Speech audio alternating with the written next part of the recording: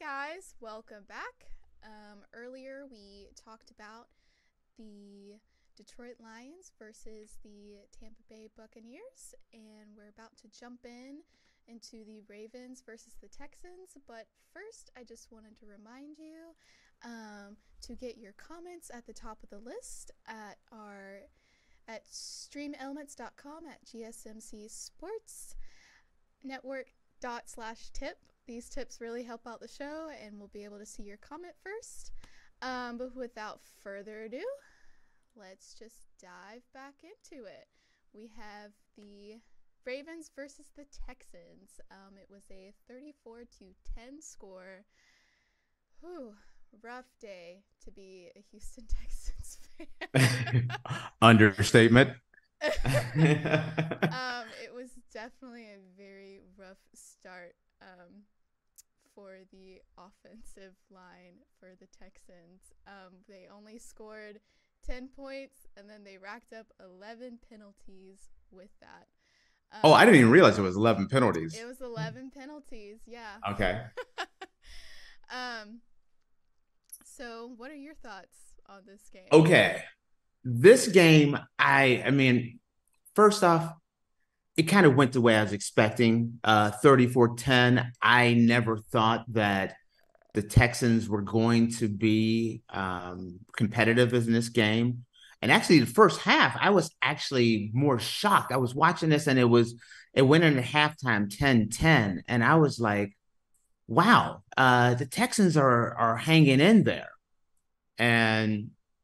But then you could tell the veteran team came out at halftime. The Ravens defense just clamped down and completely shut down CJ Stroud and those Texans.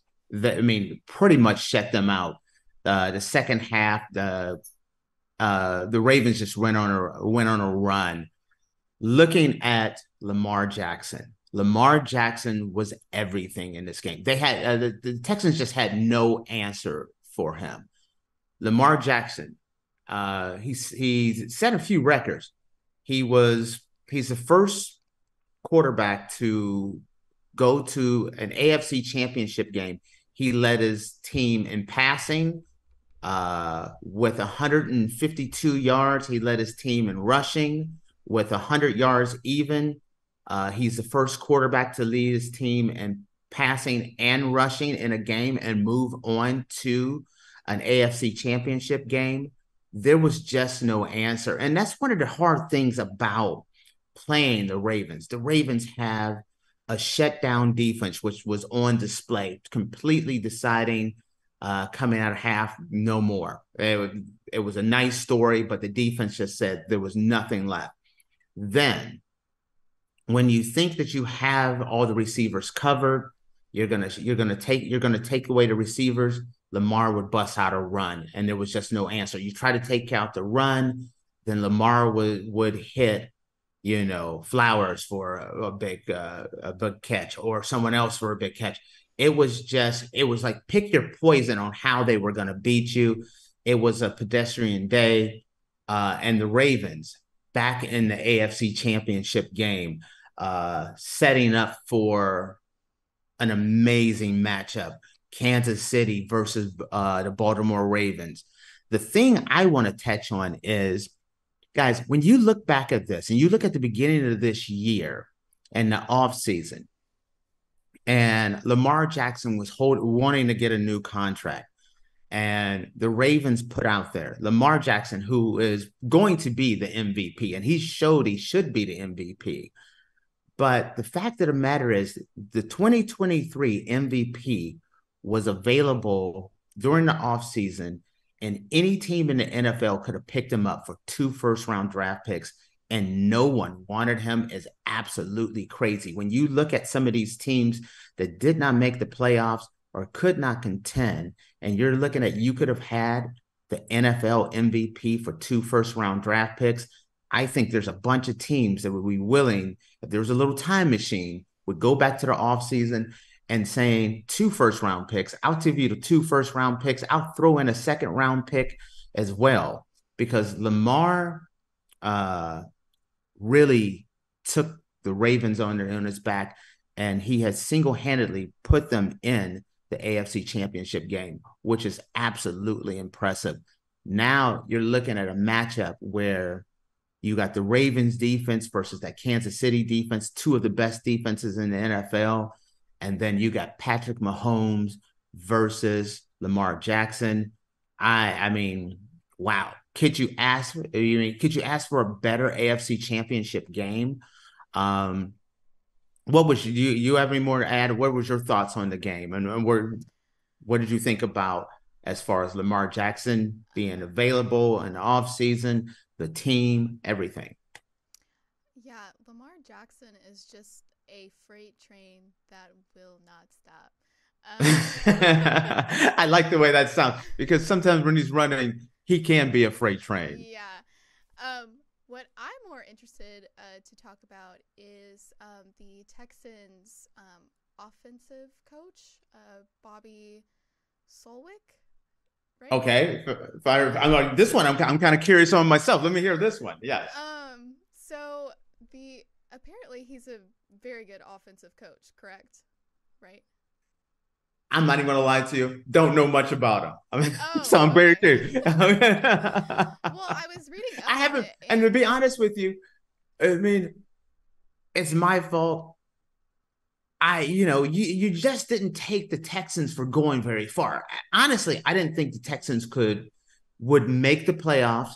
I thought the Texans were going to be one of the worst teams in the league this year, and the fact that they made it one game from the AFC Championship game is amazing. And what the Texans have done with CJ Strauss, which is a rookie quarterback, you got to give the offensive coordinator and the head coach, you got to give them a lot of credit. But what were you saying? I didn't mean to cut you off. Solwick is may potentially be leaving or not.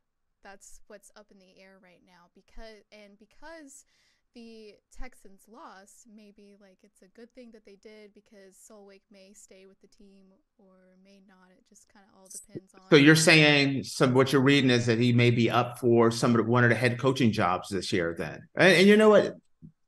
That does make sense because nowadays in today's NFL, it is the teams are going more toward offensive coordinators, that young, smart, upstart offensive coordinator. So he could kind of fit into that picture. So I do see where you're going with that. And look at Miss Faith, you're through something out I didn't even know.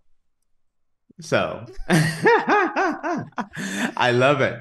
So anything else you want to add before we wrap this one up, or we're going to go right into, or we head into the next game, which is going to be interesting as well? I think we'll just go ahead and head into the next game if you're ready. All right, then. Okay, so we have the San Francisco 49ers versus the Green Bay Packers. The final score was 24-21. Poor Green Bay, man. Poor Green Bay. Okay. It kind of this game seemed very similar to the Chiefs and the Bills a little bit. Green Bay failed to make a field goal to rack up the points, and then Jordan Love's pass was intercepted, and so 49ers just started racking up those points. I think at one point it was 21-14, and the Packers just didn't bring any more points in, and the 49ers did what they could to bring that score up.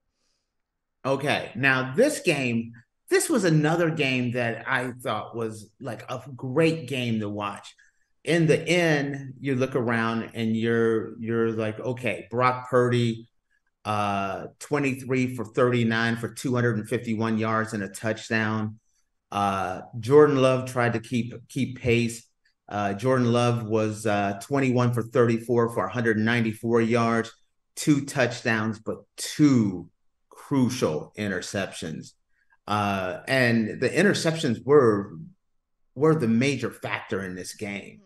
I felt like the 49ers just had too many weapons for Green Bay. Green Bay was a great story going in there and taking care of the Cowboys. You know what? Watching this game though, I'm a Cowboy fan, and I was watching them against the 49ers, and I was like, you know what? That was no fluke the way they beat the Cowboys. This is a young team, an up and coming team, and 49ers have been the best team in the NFC all year. And they kept pace. They kept pace and was incredibly strong. Aaron Jones rushed for 18 carries, 108 yards. Uh, I mean, Green Bay was in this, but in the end, I mean, man, Christian McCaffrey, 17 carries for 98 yards. Kittle was a beast. Four big receptions, a massive touchdown for 81 yards. Jennings had 61. This game, it was just too many weapons and just not enough time for Green Bay. Like I said, it was a great story, but I don't think anyone was really surprised at the final outcome. Now, rolling into this and looking at now, you're matching up San Francisco against the Lions. Can Jared Goff and Amon-Ra St. Brown come up with another big game? Or, like I said before, does the 49ers just have too many horses? That defense, phenomenal. Kittle, McCaffrey, Purdy. I mean, it's just Deebo Samuel, which wasn't a big factor. He went out. He went out injured, but the 49ers just it was just another day at the office. It felt like to me that the 49ers were just, too much. This game now rolling in there with Detroit saying the same thing. Is this going to be a situation where Detroit is just happy to say they made it to the NFC Championship game, or Jared Goff? And I do think when you're thinking about this game between the Detroit Lions and the San Francisco 49ers, I think truly the key to this game is Jared Goff. Jared Goff, who's been to a Super Bowl, he's been this far. This is not going, I don't think the moment is going to show to be too much for him. His teammates, can he keep them focused? I think it's going to be I think it'll be a close game, but it's kind of early. But right now, I'm leaning toward the 49ers. Mm-hmm. How are you looking at who are you taking when you look at this?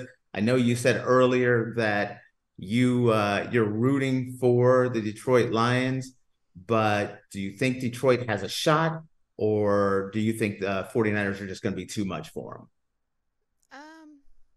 I mean, I want to root for the Detroit Lions just because they're the underdog, but I feel like San Francisco is going to win that game just because this is their third straight time going into the NFC Championship. So, and like with the Green Bay Packer game, they really just overturned and got the winning score that they needed. And like you said, the 49ers is just a really good team. So I'm excited to see what they're going to do with the Lions. All right. I agree. I just think the 49ers, I just think the 49ers are just going to be too much. It's going to be really interesting. It's way too early. I'm going to see how, injury reports and things pan out. But I think it'll be a competitive game. I don't think the 49ers will go in there and blow them out. But I think it'll be a competitive game. But I will tell you, watching the 49ers against Green Bay, I did see some moments in there where I'm like, wow, just a little bit more. If Green Bay just had a little bit more, I thought if you could put pressure on Purdy, I thought you had a chance. Can Detroit put pressure on Purdy? That's the question that I have going into this game. Because if they can, I could see them actually making a run. But ultimately, like I said, I'm taking the 49ers. So with that, unless you have anything else to add, we're going to wrap this bad boy up. Yeah, we're going to take a quick break, and then we'll be back with our oddities of the day.